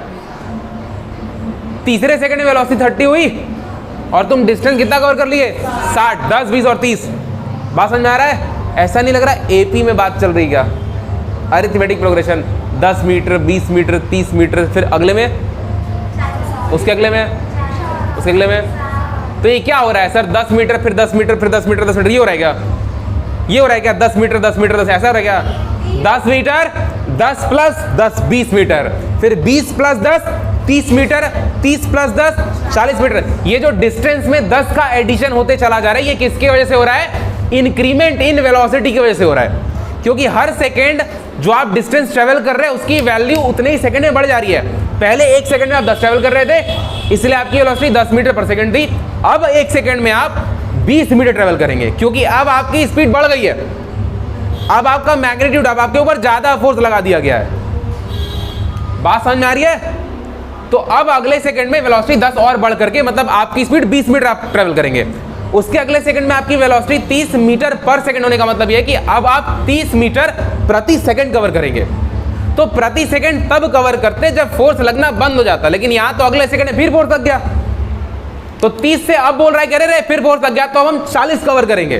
तो 40 कर पाता, लेकिन अगले सेकंड में फिर फोर्स लग गया। बोला 40 एक कवर कर लिए, फिर फोर्स लगा, अब हम 50 कवर करेंगे। बात समझ में आ रही है? हालांकि ये फोर्स हर सेकंड बाद नहीं लगता है, फोर्स कंटिन्यू लगता है। हम लोग इसको इजी समझने के लिए पर सेकंड में मान लेते हैं। बात है, जब तुम इंटीग्रेशन करोगे तो एग्जैक्ट डेटा निकल के आएगा। बात समझ में आ रही है? ये होता है एक्सेलरेशन। एक्सेलरेशन का मतलब 2 चीजें होती हैं। पहली चीज क्या होती है कि आपकी वेलोसिटी पर सेकंड बढ़ती चली जाएगी या घटती चली जाएगी। तुम बॉल को नीचे के अलावा ऊपर फेंक दो, वेलोसिटी हर सेकंड घटेगी। तुम फेंकोगे, अगर तुम उसको वेलोसिटी दिए 30 मीटर पर सेकंड का, अगर तुम उसको वेलोसिटी कितने का दिए, तो पहले सेकंड में कितना कवर करेगी? 30। लेकिन अब एक्सेलरेशन निगेटिव हो गया, तो वेलोसिटी हर सेकंड कितनी घट जाएगी? 10 घट जाएगी। जैसे नीचे में 10 बढ़ रही थी, अब वेलोसिटी 10 घट जाएगी। पहले सेकंड में 30, अब दूसरे सेकंड में 20, तीसरे सेकंड में। अगर कोई पागल बच्चा बैठा है जिसको एक्सेलरेशन और ग्रेविटेशनल एक्सेलरेशन का ज्ञान नहीं है, तो उसको लगेगा कि 30 से बॉल फेंके हम, तो 3 सेकंड में हर सेकंड में 30, 30, 30, 90। लेकिन अगर तुमको ज्ञान है ग्रेविटेशनल एक्सेलरेशन का, तुम बोलोगे देखो पहले सेकंड में 30 जाएगा और जी के वजह से 10 घटेगा दूसरे सेकंड में, तो दूसरे सेकंड में 20 जाएगा, और जी के वजह से तीसरे सेकंड में फिर 10 घटेगा, तो लास्ट में 10 जाएगा, और अगले सेकंड में फिर 10 खत्म, तो 0। तो 10, 20 और 30 टोटल कितना? 60। बात समझ आ रही है? तो देखो तुम अगर ऊपर से फेंके थे जब वेलोसिटी थी, तो 3 सेकंड में कितना पहुंचा? ना स्पीड 30 पहुंचा। 3 सेकंड तक अगर बॉल नीचे गिरा फ्री फॉल से, तो स्पीड कितना हुआ और डिस्टेंस कितना कवर किया? 60। तो इसका, और अभी हम तुमसे बोले कि बेटा 30 से बॉल को ऊपर फेंको, तो कितना डिस्टेंस कवर किया? 60 कवर किया डिस्टेंस। और ऊपर जाके जब रुकेगा तो वेलोसिटी कितनी? सेम केस है ना। इसका एक और मतलब निकल के आता है कि सर अगर आप किसी हाइट से किसी बॉल को ड्रॉप किए और यच हाइट आने के बाद उसकी वेलोसिटी v हो गई, आप फ्री फॉल किए किसी बॉल का, यच हाइट, अभी हम पूरा कॉन्सेप्ट समझा रहे हैं, उसके बाद बोरिंग काम में लिखवा देंगे, तुम लिख लेना। भेजे में अंडरस्टैंडिंग होना चाहिए मैकेनिक्स का। अगर तुमको समझ में आता तो सारे सवाल आराम से लग जाएंगे, प्रैक्टिस करना पड़ेगा। तुम किसी बॉल का फ्री फॉल कराए यच हाइट से, और वो बॉल यच हाइट से पूरा नीचे ग्राउंड तक आया, ग्राउंड पे चेक किया, उसकी वेलोसिटी v पहुंची। बात समझ रहे? अच्छा, वेलोसिटी बढ़ के v पहुंच चुकी है, घट के? बढ़ के, क्योंकि नीचे आ रहा है, एक्सेलरेशन पॉजिटिव लग रहा है ना नीचे। अगर v है तो इसका ये मतलब होता है कि बेटा अगर तुम उसी v वेलोसिटी से ग्राउंड से किसी बॉल को ऊपर स्ट्रेट फेंकते तो कितना हाइट जाता? यच हाइट जाता। यच हाइट पे उसकी वेलोसिटी कितनी? 0 हो जाती। बात समझ में आ रही है? आई बात समझ में? तो अब एक बात बताओ हमको एक बात बताओ, जो लोग शादी और विवाह में या फिर ऐसे ही स्वैग के लिए, गुंडागर्दी दिखाने के लिए बंदूक फायर करते हैं, बंदूक की गोली फायर करते हैं, तो उन लोग को लगता है कि बंदूक की गोली नीचे आएगा, सिर्फ खोखा उसका आएगा, चोट तो लगेगा नहीं उससे। बात समझ में आ रही है? अरे लगता है छेद हो जाएगा जिंदगी में तुम्हारे। हाँ, अब तुम जब बंदूक फायर करो, मान लो तुम बंदूक फायर किए, उसकी वेलोसिटी है एकदम स्ट्रेट 90 डिग्री फायर की हो, ऐसे एंगल पे फायर मत करना, नहीं तो वेलोसिटी बदलते चली जाएगी, डायरेक्शन चेंज होगा ना। ऐसे गोली बेटा अगर ऐसे फायर करोगे तो ऐसे आएगी, फिर नीचे चली जाएगी। This motion is known as projectile motion, जो कि आगे पढ़ोगे 2D में। बात समझ में आ रहा है? कक्षा 12 वाले गधे हो चुके हैं, उन सबको भेजे बात नहीं आ रही है। तो कोई आंसर नहीं दे रहा है, कोई कुछ और आंसर दे रहा है, तो ये मोशन प्रोजेक्टाइल हो जाएगा। बात समझ में आ रही है? तो हमको अभी स्ट्रेट फायर करना, अभी we are talking about straight 1D motion. अभी हम लोग मोशन इन 1 डायमेंशन पढ़ा ना, स्ट्रेट लाइन। 2D इसके बाद का चैप्टर है। जब बंदूक से गोली फायर करोगे, मान लो गोली जब फायर हुई उस समय उसकी वेलोसिटी 1000 मीटर पर सेकेंड थी, ठीक? पहले तो ये बताओ कि जब तुम गोली फायर करोगे तो उसके ऊपर एक्सेलरेशन होगा कि नहीं होगा?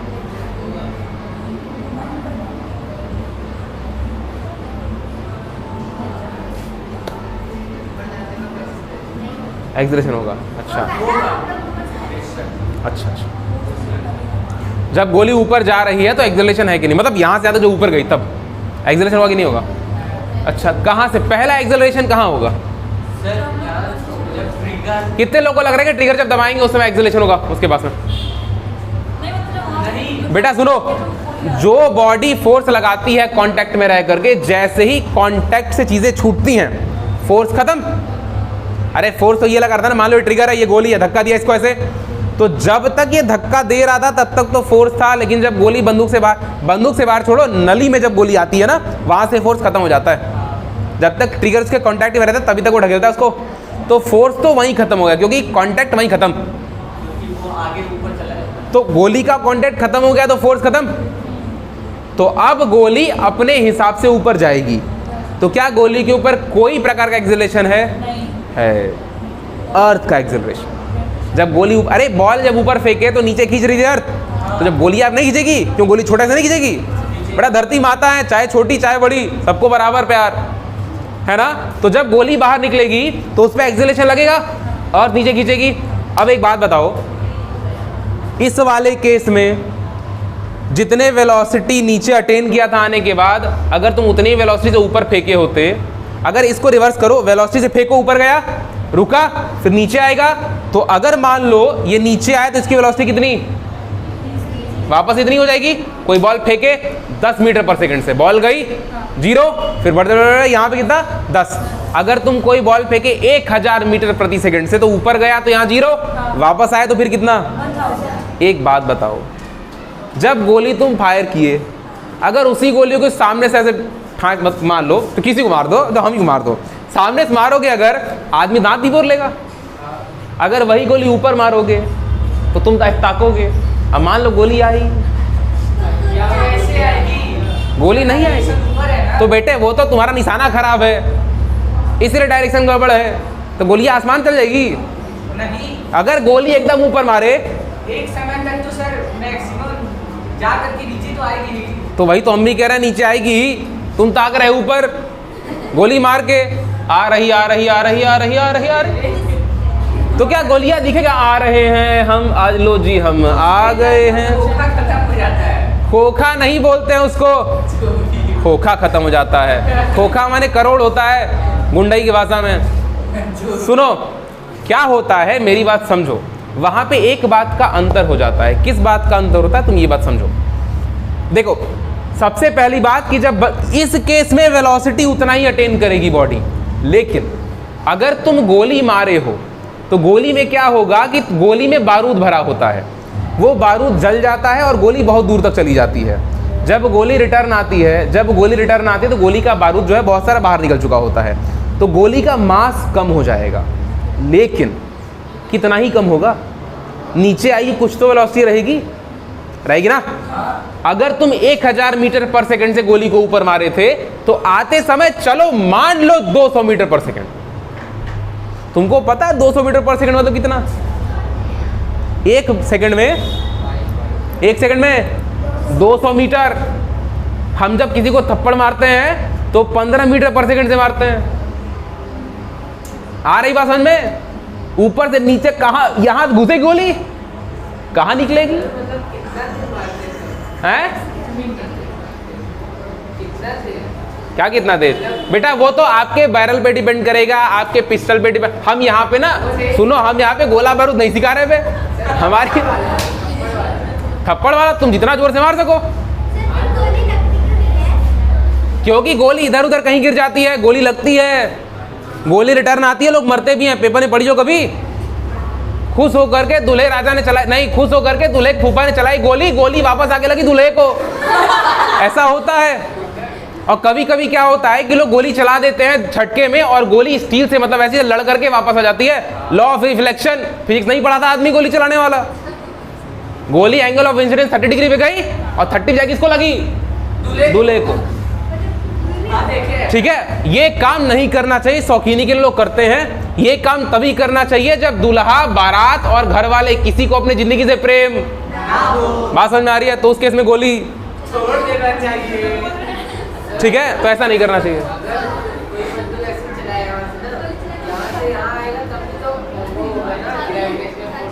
क्या बोल रहे हो?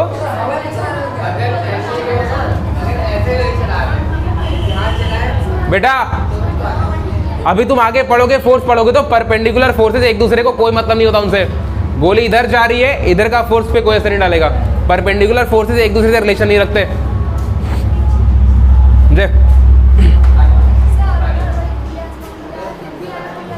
लगेगा, बिल्कुल लगेगा, चोट लगेगा तुमको।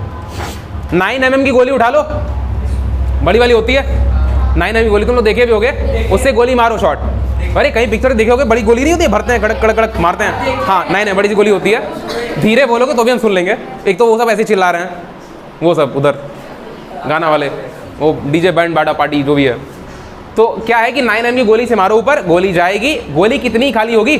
कुछ कुछ गोलियां लगने के बाद तुम गोली का कवर उठाओगे, वो भी भारी होता है। खबर खाली से फेंक के मार तो लग जाएगा लोगों को चोट। और सोचो वो तो कहाँ से आ रही है? परमात्मा के पास से आ रही है, तुमको ले जाने के लिए आ रही है। वो उसी गोली में भरी कि तुम्हारी आत्मा बोले चलो फिर फायर करो। ठीक है, तो ये काम नहीं करना चाहिए। बात समझ में आ रही है? और अगर कहीं से बारात जा रही है और अगर तुमको बारात में 2-4 ऐसे बाहुबली मिल जाए जो बंदूक ले घूम रहे, दूर रहो उनसे, नहीं, पूरे बारात दूर रहो। क्यों, क्या पता गोली ऐसे मार दे, गोली ऐसे गिरा के तो भी लग जाएगी ना। There are risk, very very very very high risk. बात समझ में आई? तो ये सब किसके वजह से हो रहा है? धरती माता तुमको वो देती हैं फल, और खिलो गोली गोली, गोल की होली, अरे क्या बोलते हैं, गोल की होली, गोली की होली। एक्सिलरेशन की वजह से चीजें हो जाए। ठीक है, तो इसीलिए बंदूक की फायरिंग सिर्फ वहीं करें जब आवश्यकता हो, और आप में से किसी को भी उसकी आवश्यकता नहीं है। ठीक है, बॉर्डर पे भी बहुत बहुत बहुत ज़्यादा वैसा कुछ आने पे ही गोलीबारी की जाती है। खैर हम लोग क्या, इंडियन आर्मी वाले जितने ज़्यादा स्ट्रांग, गोली का सकता ही नहीं है ना। बांस बल्ली पत्थर कुछ भी दे दो, कोई दिक्कत नहीं है, मार के सारा ऐसा। अरे नहीं यार, मत भेजो, कोई दिक्कत नहीं, पागल हो। हम चाहते हैं कि वो अपने दुश्मन को कमजोर समझें। Let them think that we are not capable of fighting with them, है ना। फिर उसके बाद रील देखो ना, क्या बोलते हैं, सावधान हो जाओ डैडी आ रहे हैं, बस ठीक है। वो है नहीं, देखो चाइना वाले छोटे छोटे होते हैं ऐसे थोड़े। और वो पता है अभी न्यूज़ आई थी कि चाइना वाले जो हैं वो अपनी सेना को हैवी दिखाने के लिए अपने सेना में लड़कियों को विदाउट प्रॉपर ट्रेनिंग भर्ती करते हैं, ताकि वर्ल्ड में एक निकलता है वर्ल्ड फायर पावर इंडेक्स, तुम लोग सुने होगे। फायर पावर इंडेक्स होता है वो कंट्रीज का निकलता है कि उसमें किस कंट्री के पास ज़्यादा मिलिट्री पावर है। तो चाइना जो है उसमें ऊपर आता है, जानते हो क्यों? पतली पतली गोरी गोरी एकदम टिटराई जैसी लड़कियों की वजह से। तुमको पता है भारत की सबसे पतली लड़की उठा के देखोगे तो चाइना की 3-4 लड़कियां समाहित हो जाएंगी उसमें। बात समझ में आ रही है? तो अभी देखो क्या होता है, हम तुमको बताते हैं। ऐसे मन लगा रहा है इसलिए लोग हायर कर लेते हैं ना, ऐसे मतलब ऐसे ग्लेशियर ए बेटी BTS, हाँ ऐसे ग्लेशियर का सीन। अरे हम देखे BTS को फैन है वो, हमसे पूछो हम बताएं, है ना। We are not same bro, तुम BTS की फैन हो, हम बाहुबली की फैन है। We are not same bro.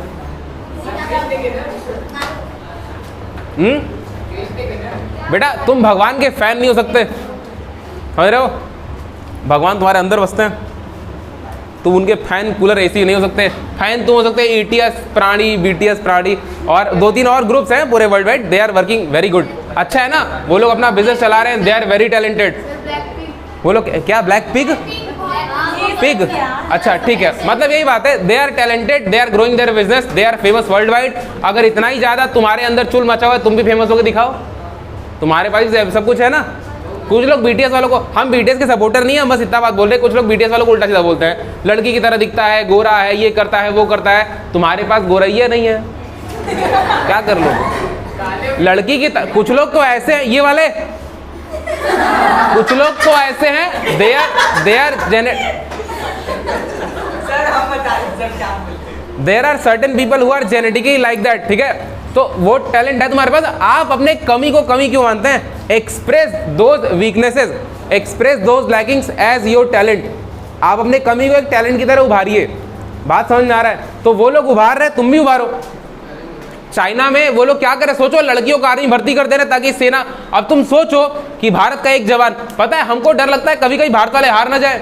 वहां जाके क्यों डर लगता है? मान लो भारत का सैनिक वहां गया, भारत का सैनिक वहां जाने के बाद वहां देखा अरे लड़की है, फूक दो उड़ जाएगी, बोलेगा माता सॉरी हम जा रहे हैं, आप ले लीजिए इसको भी। तो ये सब स्ट्रेटेजी है, इंटरनल स्ट्रेटेजी होती है ये सब।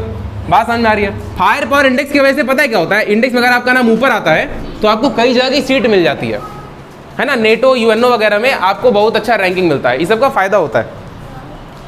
कोई जरूरत नहीं है, आपके घर में एक बच्चा होना चाहिए, वो स्ट्रांग हो, चाहे लड़का चाहे लड़की, एक बच्चा हो और ऐसा हो कि पापा का सिर या पापा का सांड। अब मेरी बात सुनो, अगर फोर्स होगा तो एक्सेलरेशन आएगा, ये बात समझ में आती है? अगर फोर्स होगा तो एक्सेलरेशन क्यों आएगा? F बराबर ma जो फॉर्मूला यहाँ लिखा हुआ था, इसके हिसाब से अगर फोर्स होगा मास तो पक्का होगा, एक्सेलरेशन की वैल्यू कुछ ना कुछ निकल करके आएगी। एक्सेलरेशन की वजह से क्या चेंज होगा? वेलोसिटी चेंज होगा। वेलोसिटी की बात करते हैं, स्पीड की बात नहीं करते। वेलोसिटी की बात करेंगे तो स्पीड ऑटोमेटिक कंसिडर हो जाएगा।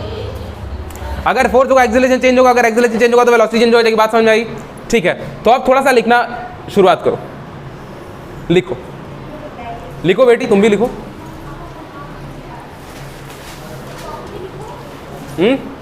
हेडिंग था ना एवरेज एक्सेलरेशन, लिखो उसके अंडर में।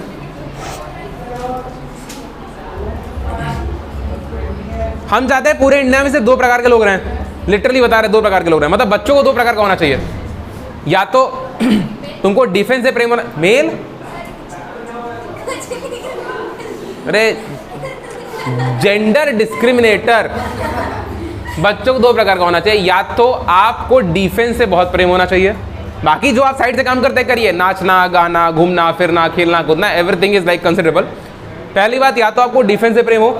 डिफेंस का मतलब कि आपको सेना पसंद नहीं होनी चाहिए, नॉट दैट वाला प्रेम किया sir I love defence people, ऐसा नहीं कि सर डिफेंस हमको पसंद है, हम जहां डिफेंस देखते हैं वहीं डिफेंसिव हो जाते हैं। नहीं नहीं नहीं, आपको डिफेंस से लगाव होना चाहिए, मतलब do everything what you can under your power. आप डिफेंस के लिए जो कर सकते हैं वो करिए, डोनेट कर सकते हैं डोनेट करो, डिफेंस वालों की इज्जत करो, रिस्पेक्ट करो, मतलब सर्व देम विद सीट, अगर तुम्हारे पास सीट है वो खड़ा आदमी तो आगे बैठा दो, ये सारी चीजें करो। पुलिस वालों की भी बहुत रिस्पेक्ट करनी चाहिए। तुमको पता है पुलिस वाले हम लोग के साथ कभी कभी ऐसे बिहेव क्यों करते हैं? मेरे साथ ऐसे केसेस हुए हैं जहाँ पे पुलिस वाले अच्छे से बिहेव नहीं किए। प्रॉब्लम क्या होती है कि वो आदमी फ्रस्ट्रेट किसी और के साथ होता है, गुस्सा तुम्हारे पे उतर जाता है। तो पुलिस वालों को इसको अच्छे से ट्रीट करो, धीरे धीरे ना, ऐसा नहीं है कि तुम ट्रीट करोगे तो दुनिया में तुमको पुलिस वाले पहचानेंगे, oh my god you are very very beautiful, तो आइए हम आपको अच्छे से ट्रीट, ऐसा नहीं होता है। लेकिन start treating people who are in defence with a proper respect. तुमको प्रॉपर रिस्पेक्ट देना चाहिए, चाहे पुलिस हो, नेवी हो, आर्मी हो, पैरा कमांड, खैर पैरा कमांडो तुम क्या ही रिस्पेक्ट दोगे, तुम्हारे रिस्पेक्ट के भूखे नहीं है, ठीक है? तो रिस्पेक्ट देना चाहिए। दूसरी बात, या तो बच्चों को एजुकेशन से प्रेम होना चाहिए। तुमको एजुकेशन से इतना इतना इतना ज्यादा लगाव हो कि education gives you the power to be anywhere and everywhere in the world. Education तुमको प्रेम, और एजुकेशन से प्रेम का मतलब नहीं कि सर हमारे पास पूरे लंका की सारी किताबें हैं, घर में देख लीजिए हम दुकान खोल सकते हैं, बेटा पढ़े कितने हो सर, टाइम नहीं मिलता है, किताब खरीदने में इतना बिजी रहते हैं, पढ़ नहीं पाते हैं, ये सीन नहीं होना चाहिए। एजुकेशन या डिफेंस, इनसे प्रेम होना ही होना चाहिए, इन दोनों में से किसी भी एक चीज से प्रेम होना चाहिए। एजुकेशन से प्रेम रहेगा तो टीचर बन जाओगे, डिफेंस से प्रेम रहेगा तो तुमको चाइना में मजा आएगा। लिखो लिखो, इफ अ पार्टिकल ट्रेवल्स, और जो लिख रहे हो उसको समझना अपने भेजे में क्या लिख रहे हो, तुमको क्लियर हो जाएगा। If a particle travels, average acceleration Babu, if a particle travels, तुम्हारा ये 1D खत्म, मोशन पूरा 1D खत्म, कुछ नहीं। अब बस हम 3 इक्वेशन नहीं लिखे हैं जो एक्सेलरेशन में यूज किए जाते हैं, तुमको याद है तीनों equation of motion, that's it, ठीक है? अब सवाल लगाएंगे लेकिन लिखेंगे पूरा। If a particle travels equal distance in equal time, इसी को फोकस की बात बोलते हैं। कुछ बच्चे लिख रहे हैं तो उनका ध्यान उस पर होगा कि सर क्या लिखवा रहे, उसका मतलब समझ रहे होंगे कि हमको आता है कि नहीं, और कुछ बच्चों का ध्यान उधर चल रहा है, गाने पे है।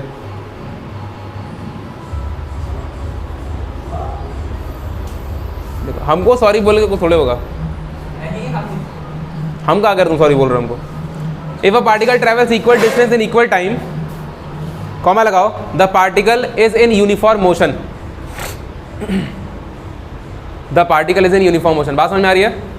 इक्वल डिस्टेंस इक्वल टाइम में मतलब यह है कि हर समय उसकी वेलोसिटी सेम आएगी, ठीक है। The particle is in uniform motion, हो गया। लाइन चेंज करके लिखो, if the velocity of particle, हम सिर्फ उतना ही लिखवाएंगे जिसे तुम समझ जाओ, हम फालतू किताब नहीं छपाएंगे। If the velocity of the particle changes with time, if the velocity of the particle changes with time, समय के साथ अगर वेलोसिटी बदल रही है, कॉमा लगाओ, the motion is accelerated, comma लगाओ, द मोशन इज एक्सेलरेटेड। बात समझ में आ रही है? The motion is accelerated, bracket में लिखो non uniform. If the velocity of the particle changes with time, comma लगाओ, the motion is accelerated, bracket में नॉन यूनिफॉर्म। बेटा इतना तुम अपने से भेजा लगा के लिख सकते हो, ठीक है। अब ब्लैक पेन से एक चीज लिखो, मतलब जो दूसरा वाला पेन है तुम्हारा उससे लिखो, लिखो the rate of change of velocity, the rate of change of velocity, the rate of change of velocity is known as acceleration. The rate of change of velocity is known as acceleration.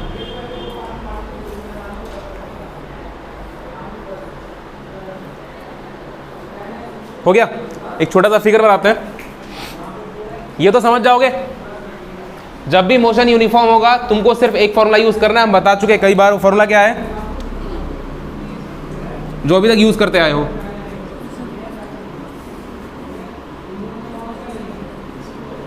यही ना, यही दोनों, velocity बराबर distance upon time, distance बराबर velocity into time, time बराबर distance upon velocity, यही वाला formula है। ये कब के लिए है? जब एक्सेलरेशन कितना हो? 0। बात समझ में आ रही है? और अगर एक्सेलरेशन आएगा तो सवाल बड़ा हो जाएगा, ठीक है। तो एक चित्र बनाओगे, क्या बनाओगे? यहाँ पे देयर इज सम पार्टिकल, जो पार्टिकल पहले यहाँ था, अब वो पार्टिकल यहाँ है। पार्टिकल जब यहाँ था तो समय मान लेते हैं t1, और जब पार्टिकल यहाँ था कुछ समय बाद विच इज t2। t1 समय में पार्टिकल की वेलोसिटी कितनी थी? v1, और t2 समय वेलोसिटी कितनी थी? v2। v1 ज़्यादा v2 ज़्यादा फर्क नहीं पड़ता, कोई भी ज़्यादा हो। एक्सेलरेशन निकालने के लिए क्या करना पड़ेगा? सर एक काम करिए, वेलोसिटी फाइनल माइनस इनिशियल करेंगे अपॉन में time, t2 minus t1। Time change भी ऐसे निकालोगे ना, यहाँ पे 3 सेकंड पे वेलोसिटी कुछ थी, 5 सेकंड पे कुछ थी, टाइम कैसे निकला? 2 निकला, 5 माइनस 3 किए। और इसी को आप ऐसे लिख सकते हैं sir, change in velocity upon में चेंज इन टाइम। बात समझ में आ रही है? ये डेटा नोट करो। रुको, पहले लिखो, नीचे एक फॉर्मूला लिखो सेंटेंस के फॉर्म में लिखो, बोल रहे हैं। सुनो बाबू, एक काम करो, पहले ये फिगर बना लो, ये ओ पॉइंट है ओरिजिन, पहले ये फिगर बनाओ। ये फॉर्मूला अभी मत लिखना, पहले हम जो बोलेंगे वो लिखना, उसके नीचे फॉर्मूला लिखना। पहले बस फिगर बनाओ, ये वाला t1 यहाँ तक, ये फॉर्मूला छोड़ के पहले फिगर बनाओ।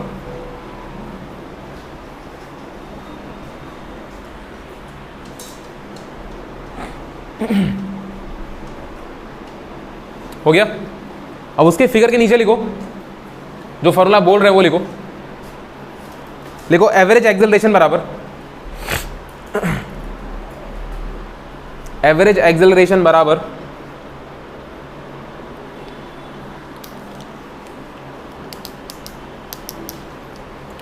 हो गया, एवरेज बराबर change in velocity, change in velocity,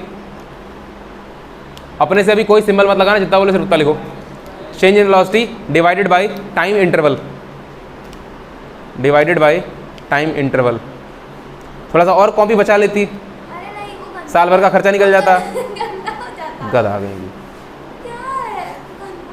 हाँ, हो गया, उसको घेर लो। अब उसके नीचे ये फॉर्मूला डाल लो, ये वाला, a बराबर v2 माइनस v1 अपॉन में t2 minus t1, v2 minus v1 बराबर डेल v, और ये हो गया ये। मोशन के मेरे ख्याल से सारे वीडियो रिकॉर्ड हो रहे हैं ना। पहला वाला छोटा था तो डिस्प्लेसमेंट डिस्टेंस का इंट्रोडक्शन था वो।